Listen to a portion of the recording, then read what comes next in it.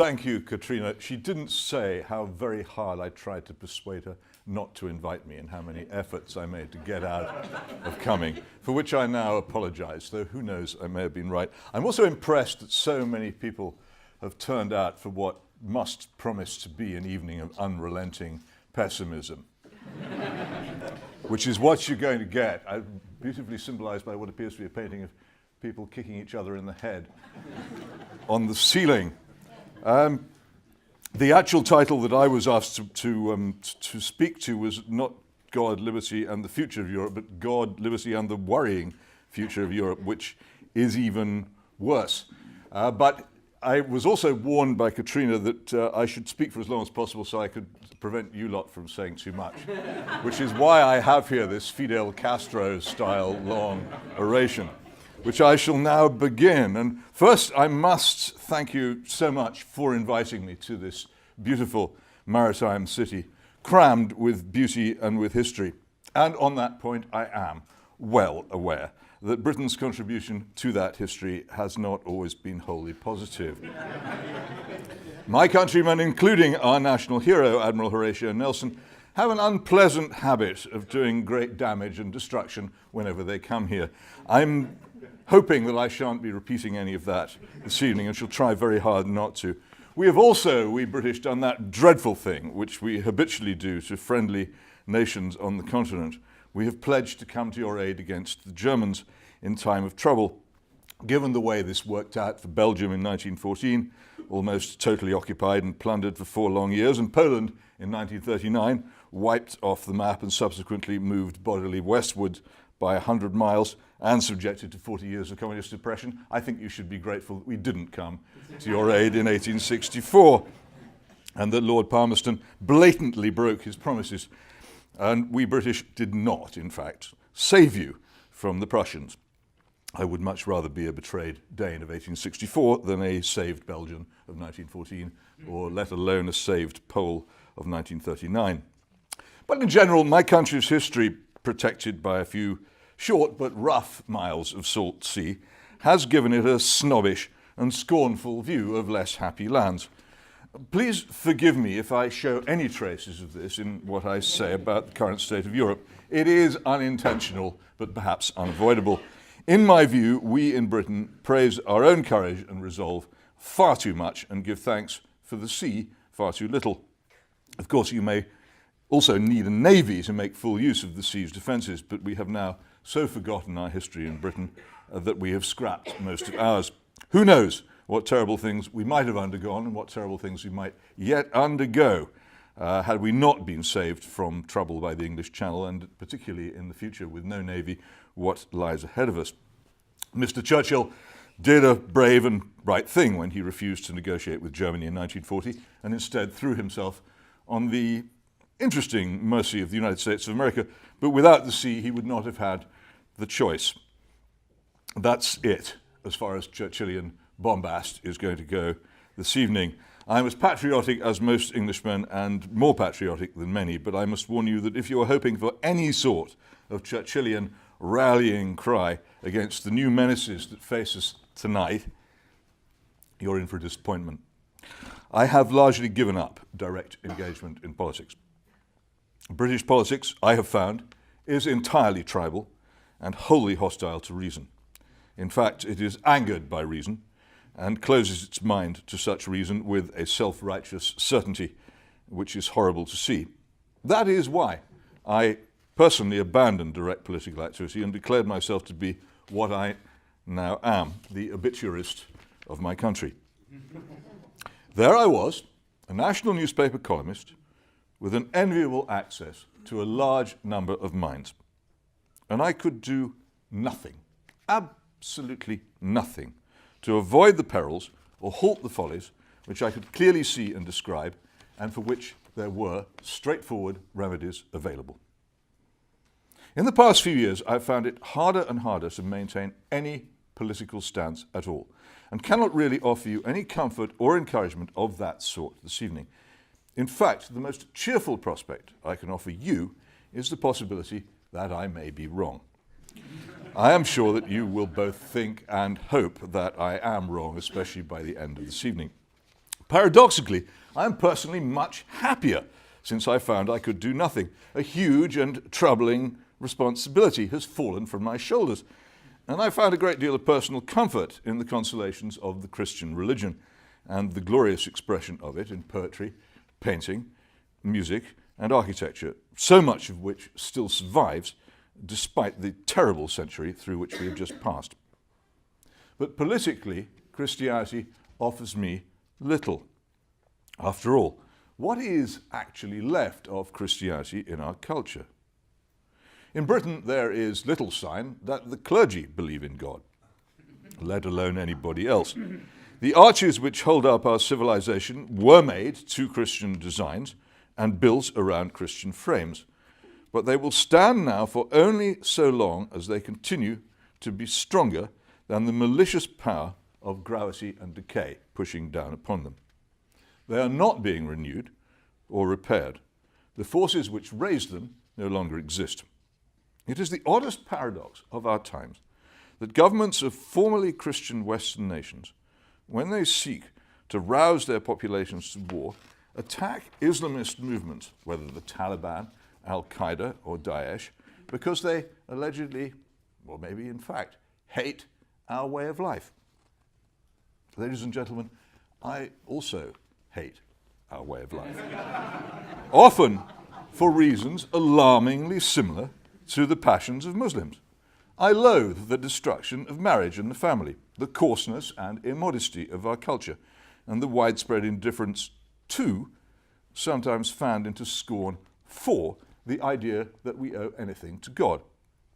Yet I am also alarmed by the arrival of Islam in our societies, mainly through large-scale immigration, encouraged by the very same politicians who say these things about how Muslims hate our way of life.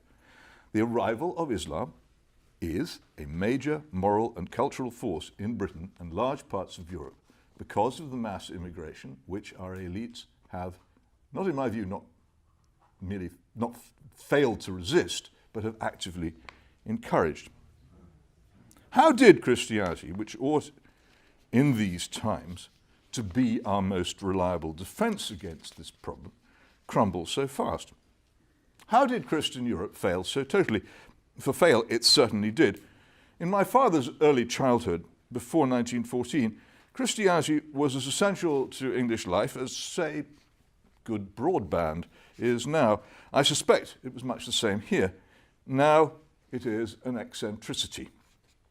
For me, Europe had a moment of choice in 1914.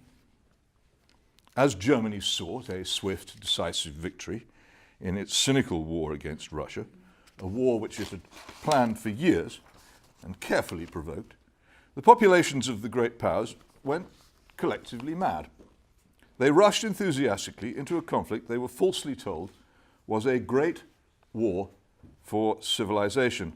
These are the actual words inscribed on my great-uncle Harry's medal, identical to those given to millions in 1918.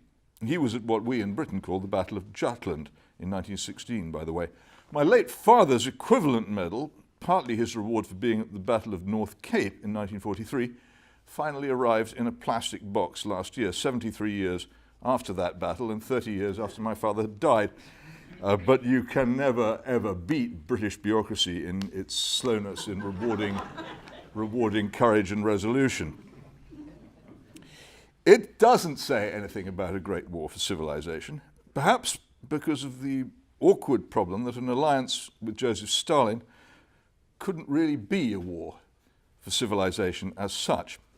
It is even quite awkward to try to describe it as a war against barbarism, so there are no words. Just a depiction of the British lion trampling on the German eagle, as I remember.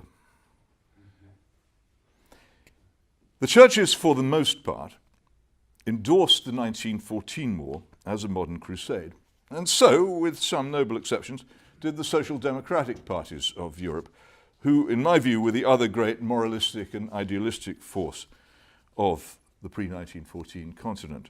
Now, it seems to me, almost entirely gone. Pagan patriots, such as the English poet Rupert Brooke, with his ghastly verses about, I'm going to read this because it's so awful. Now God be thanked who has matched us with his hour and caught our youth and wakened us from sleeping with hand made sure, clear eye and sharpened power to turn as swimmers into cleanness leaping. Yes, he actually wrote that in 1914 about the coming war. Only people such as Rupert Brooke, who I believe to be a pagan in this matter, welcomed the conflict more consistently. And what God, I wonder, was he thanking in those verses? Those who had to fight quickly saw the truth. Rats devouring the corpses of their comrades within feet of where they ate their meals. The absolute corruption and destruction of all the gentle morals that they had been taught in their Victorian and Edwardian upbringings. A total end of civilization as such surrounding them. And at Christmas 1914, Christian Europe flickered into flame for the last time, in my view, when British and German soldiers, reminded of their common Christianity by the hymns of the Nativity, climbed from their trenches and embraced each other. An event which still seems to me to be one of the greatest historical events of all time. They should then have walked home, all of them, in an unstoppable mass rejection of folly, and so saved Europe from what was to come, which was, of course, Lenin, Hitler, Mussolini, and Stalin. But they did not, and the 20th century turned out as it did instead.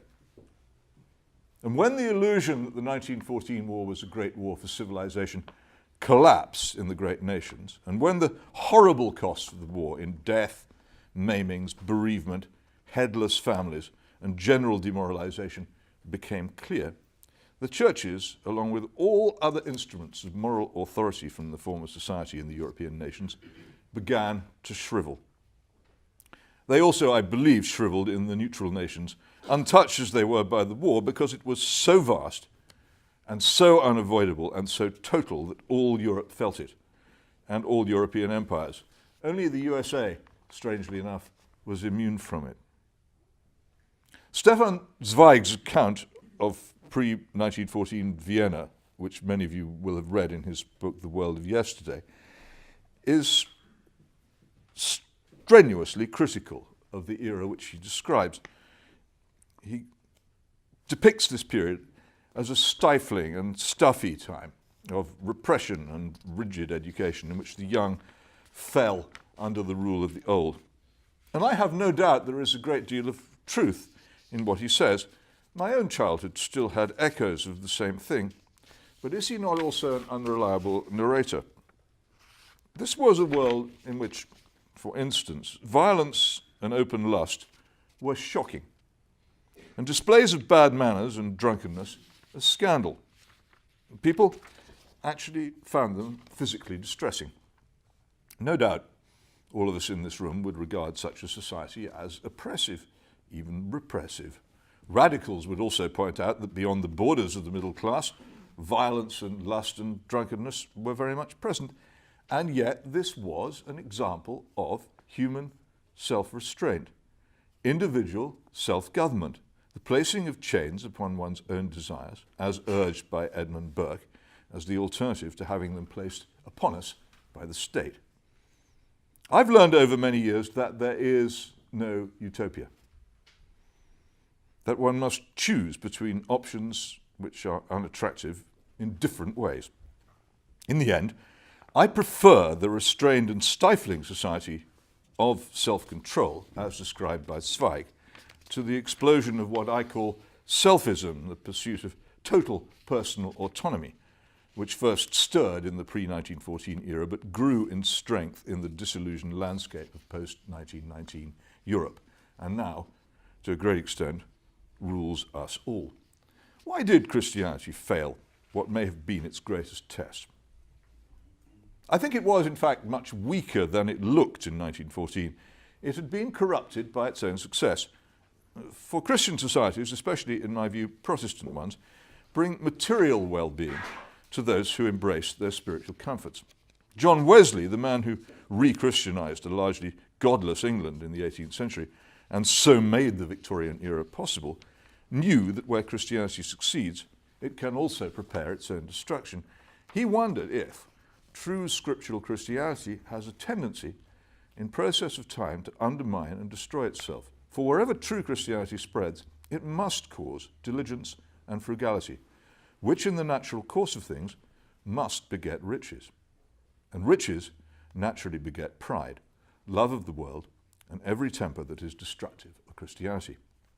And I think this is true. The proud tower, which was pre-1914 Europe, was a tower of gold, and it was that which made it heedless of its moral fate. Of course, by our standards, it was in many ways materially poor, but by those of all the previous centuries, it was extraordinarily rich. And here is the interesting thing. This age of riches is now coming to an end. Though two catastrophic wars have destroyed pre-1914 Europe's moral codes, devalued its education, swept away much of its sense of place and permanence, reduced to rubble a great part of its art and architecture, churned up its landscape, and transformed its music. And just as a side thought here, will we ever grasp just how important music is to civilization? And has there ever been a better illustration of this than the era of rock, in which the thump and twang and howl of Mick Jagger has defined a whole moral, or perhaps you could say immoral, universe, in total opposition to, say, Bach or Palestrina? Has there ever been such a contrast? And yet we let it pass almost unnoticed in our daily lives. They have, in the end, all these changes delivered a superficial prosperity. People have plenty of stuff. They have plenty to eat. Even the poor are rich by the standards of 1914, and rich also by the standards of Africa today. You have to go a long way east in Europe now to find anything resembling the poverty of the era before the Great War, in cities or in countryside. Or so it has been. But the end of the Cold War, the end of the division of Europe, which actually suited the Western half rather well, rather better than it ever admitted, threatens that. We made a devil's bargain with Stalin at Yalta for peace and prosperity and a firmly closed border with the East, in return for giving him absolute power over the people unlucky enough to dwell in his defensive zone. We may not have liked the Prague Putsch, or the Slansky trials, or the crushing of the Berlin Workers' Revolt, or the flattening of the Hungarian Revolution, or the extinction of the 1968 Prague Spring, or the Polish state of emergency. But we let them happen. We made it embarrassingly clear that, despite our claims of having fought Hitler because he was wicked, our love for democracy, freedom, and truth was in fact an internal, complacent one. I'm sure this hypocrisy, which was seldom admitted at the time and is seldom admitted now, made us even more demoralized in the true sense of the word than we were before. Here I speak most directly of my own country, though I believe similar things are happening elsewhere in Western Europe and the USA. Real poverty is now slipping back into our lives. Welfare states wither under the pressure of inflation, which is targeted on those without assets, and so understated in official measures. Governments are less and less able to meet their obligations through taxation, yet are afraid to reduce these obligations and resort to dangerous levels of inflationary borrowing instead. Devalued educational qualifications guarantee nothing. Job security vanishes. Pensions become unaffordable. Governments, while refusing to admit this is what they're doing, and either claiming that the migrants are refugees or pretending to try to control migration, or both, encourage mass movement of people to create cheap labour to keep wages low, and leave their indigenous poor to cope with the resulting strain on housing, education, healthcare, transport, and social services. But in my country, this is an even bigger problem. My country also encourages immigration because without it, much of the unskilled work of our society would simply not be done. Listen to this list of British government mistakes. An egalitarian dogma which has destroyed education for the poor. A welfare system that refuses to distinguish between the deserving and the undeserving. de facto legalization of marijuana, the abandonment of any controls on alcohol, a selfist destruction of lifelong marriage, fatherhood, and family life. Just a few examples, there are others I could come up with given time. These have produced a huge new layer of ill-educated and tragically unemployable people who cannot reasonably be expected to do any work, and they do not. And those migrants who do the cheap labour are, as always, pitiable in their exploited ignorance. But many of them are also amazed in my country at the strange inability and unwillingness of local young men and women to do the work they have come to do, and by the inability of the host country to enforce its borders and its migration rules. I've observed this. I know it to be true. It has happened to Britain. It may have happened to you, but it certainly has happened to Britain. It's in the past. It's not about to happen. You may protest against it in Britain if you wish, but it will do you no good. And the Christian has another problem. He absolutely must do what he or she can to try to make this mess work. We didn't choose this. I think it was a grave mistake. But it would be a still graver mistake to do anything which might make it worse. This is one of the problems with Christianity. Its adherents are quite simply prevented from taking certain sorts of political actions, especially any which might reasonably be expected to lead to cruelty or persecution. The people who have come among us are here. We must be kind to them. But the liberals and the open borders neoconservatives are not pleased with or happy to apply the necessary second half of this proposition. This is yours and mine, Europe as a whole, a Christian society from its foundations up. Though, as I pointed out earlier, it will only remain so for a short while as things are. Those who come to live in it should be expected to accept this in practice. Like any other guest in another's house, they should adapt to the rules of the house, not demand that the house changes its rules to suit them. But alas, the terrible problem of our age then reappears. Our societies are attractive to migrants and agreeable in many ways because they used to be Christian. They will continue to be so for a few years yet, as Christian habits of thought take some time to die out. So the migrants, paradoxically, have come here for benefits which their own arrival, unless they are encouraged to integrate, will help to dilute and destroy. But who will encourage them to integrate? Our governments no longer believe in any of the principles on which our societies are based. They believe instead in a subjective and largely meaningless thing called human rights. Old-fashioned political conservatism in European and American societies has almost completely disappeared. It has been replaced by an aggressive Thatcherism or Reaganism, always indifferent to and often quite hostile to the marriage-based deferred gratification morality of social conservatism. Among the strongest supporters, for instance, of marijuana decriminalisation in Britain is a body called the Adam Smith Institute, which dares to name itself after that great economist. It is crammed with keen young Thatcherites. It constantly produces material calling for the legalization of marijuana. I have renamed it the Adam Spliff Institute.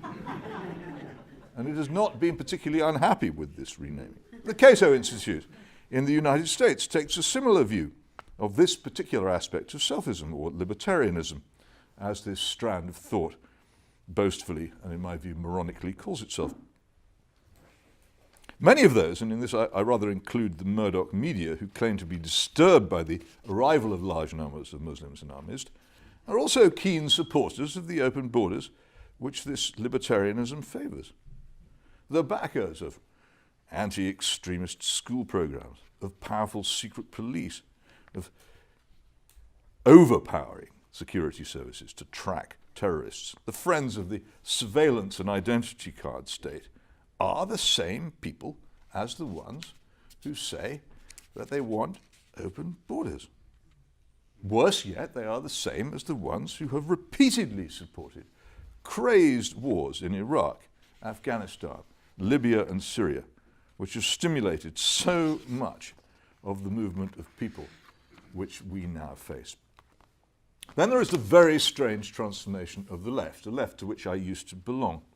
Old-fashioned social democrats were often highly socially conservative, because so were their voters, and their voters were highly socially conservative because they knew very well the value of social conservatism for a good life and an honest place if you weren't rich enough to buy your way out of crime and trouble and chaos.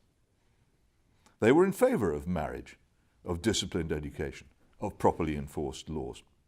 Who suffers worst from disorder and crime? The working poor, of course. They were often straightforwardly patriotic and almost invariably suspicious of large-scale immigration. Who speaks for them now? In Britain, much of the Labour Party began among Methodists, Christians, very serious Christians, who followed the social gospel of the same John Wesley I mentioned earlier.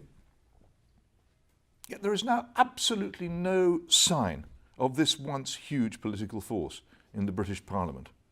Only a last faint echo of it in the large Labour vote for leaving the European Union at our referendum last year, which actually swung the result.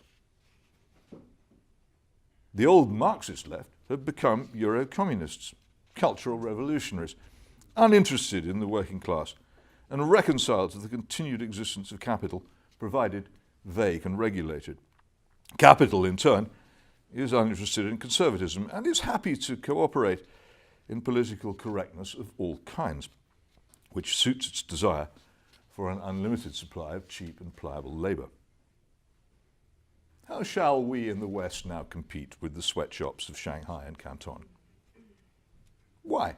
By driving mothers out of the home and into the workforce, and by flinging wide our borders to all who come, so that we too can have sweatshops here in Copenhagen and in London too.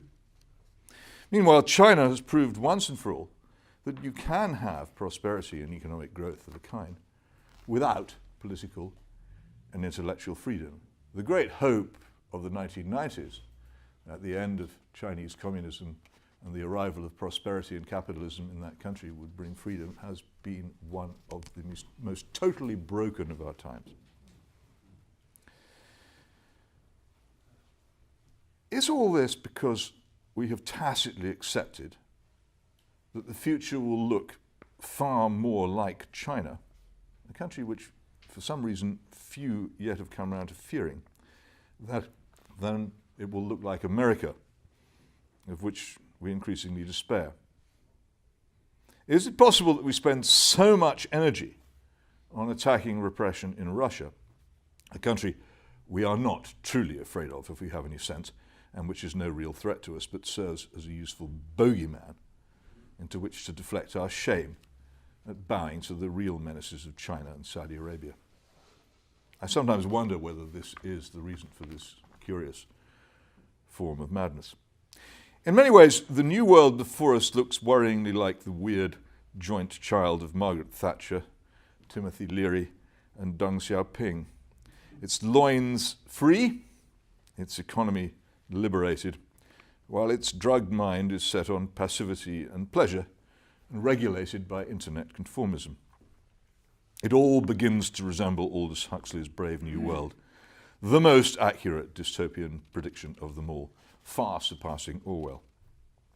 Who needs thought police when people have come to love their own servitude? In this century, the philosophers have so far changed the world. Now, it seems to me, the point is to understand it. I have sought this evening to explain how my own preoccupations with the abolition of history, the destruction of religion, the use of legal and illegal drugs to create passivity, the failure of conservatism to combat or reverse cultural and moral revolution, the crises of interventionist war and mass immigration, have a common thread. I am, however, too lucky. I was privileged to see the end of the previous civilization. I am not uncritical of it, and I know very well that it is dead and gone. The past will not come back. But I also know that it possessed virtues which have entirely vanished from the world we now live in. And it is perhaps because I can see no way of restoring those virtues that, like Rod Dreher, I feel forced by my own thoughts into a retreat from combat. I can easily imagine finding some island or mountain fastness and hiding there until the storms are over, trying to keep a feeble flame of enlightenment alive. To fight the monsters and dragons of the new world, you need a belief, not just that the present is all wrong, I can help you with that, but that the future might be better. And in that, I'm afraid, I have to leave you entirely on your own.